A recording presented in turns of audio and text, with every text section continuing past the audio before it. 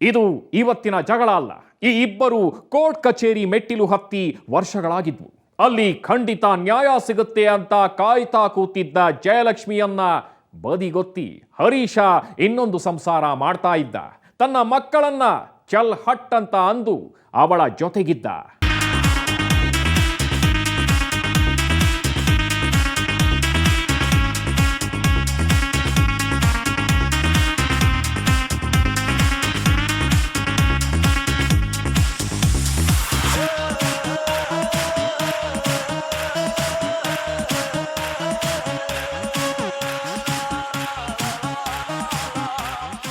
ಅವ್ರಿಗೂ ಇಬ್ಬರು ಮಕ್ಕಳಿದ್ದಾರೆ. ಅವರು ಮಕ್ಕಳು ನನ್ನ ಮಕ್ಕಳು ಅಂತಲೇ ತಿಳ್ಕೊಂಡಿದ್ದೀನಿ.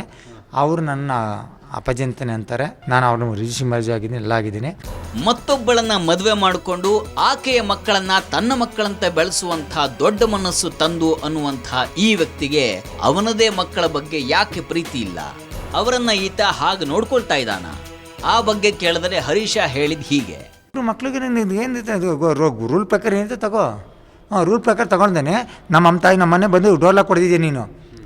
ಅದಕ್ಕೆ ಸಾಕ್ಷಿ ಜಯನಗರ ಔಟ್ ಪೋಸ್ಟ್ ಪೊಲೀಸ್ ಸ್ಟೇಷನಲ್ಲಿ ಸಿಂಗಲ್ ಸ್ಟಾರ್ ಡಬಲ್ ಸ್ಟಾರ್ ಗೊತ್ತಿಲ್ಲ ಅವ್ರು ನನಗೆ. ಸಬ್ ಇನ್ಸ್ಪೆಕ್ಟರ್ ನನ್ನ ಕಂಟ್ರೋಲ್ ಮೆಸೇಜ್ ಕೊಡಿ, 100 ಮೆಸೇಜ್ ಕೊಟ್ಟಿದ್ದೆ ನಾನು. ಈ ಥರ ಬಂದು ನಮ್ಮ ಮನೆಯಿಂದ ಡಾಕ್ಯುಮೆಂಟ್ಸ್ ತಗೊಳ್ತಂಡೆ 5 ಲಕ್ಷ ರೂಪಾಯಿ ಒಡವೆ ಮತ್ತು ದುಡ್ಡು ತಗೊಂಡೋಗಿದ್ದಾರೆ. ಹೀಗೆ ತನ್ನ ಮಕ್ಕಳ ವಿಷಯ ಬಂದರೆ ಅವಳು ಅದನ್ನು ತಗೊಂಡು ಹೋದ್ಲು, ಇದನ್ನು ತಗೊಂಡು ಹೋದ್ಲು ಅಂತ ಶುರು ಮಾಡೋ ಹರೀಶನಿಗೆ ಆತನ ಸುತ್ತಲಿನ ಜನರ ಸಪೋರ್ಟು ಚೆನ್ನಾಗಿದೆ.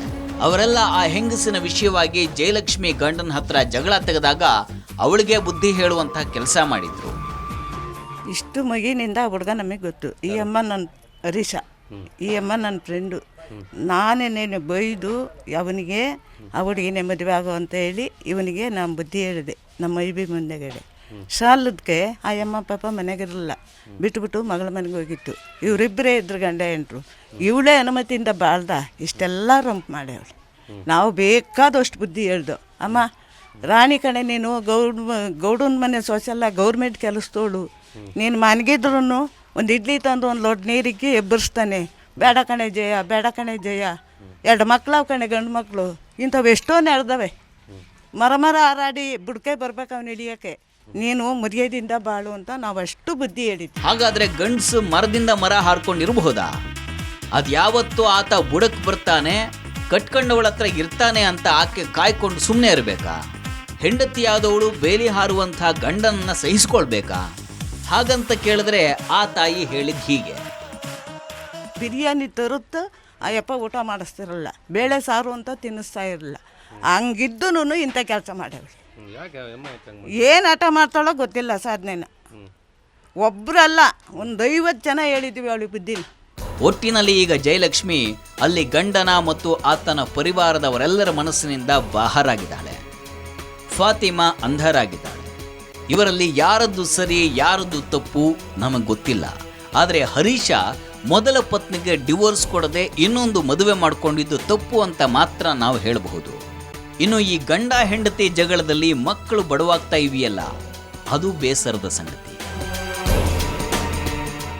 ಮಕ್ಕಳನ್ನ ಹುಟ್ಟಿಸಿದ ಮೇಲೆ ಅವರನ್ನ ಸರಿಯಾಗಿ ಬೆಳೆಸೋ ಜವಾಬ್ದಾರಿಯನ್ನ ಹೆತ್ತವರು ತಗೊಳ್ಬೇಕಾಗತ್ತೆ. ಇಲ್ಲಿ ಸ್ಕೂಲ್ ಮಕ್ಕಳು ಹೆತ್ತವರ ಮಧ್ಯೆ ನಿಂತು ಹೋರಾಡೋ ಹಾಗಾಗಿದ್ದು ದುರಂತ ಅಂತ ಹೇಳ್ತಾ ಇವತ್ತಿನ ಎಪಿಸೋಡ್ ಮುಗಿಸ್ತಾ ಇದ್ದೇವೆ. ನೇರ, ದಿಟ್ಟ, ನಿರಂತರ ಸುದ್ದಿಗಾಗಿ ನೋಡ್ತಾ ಇರಿ ಸುವರ್ಣ ನ್ಯೂಸ್.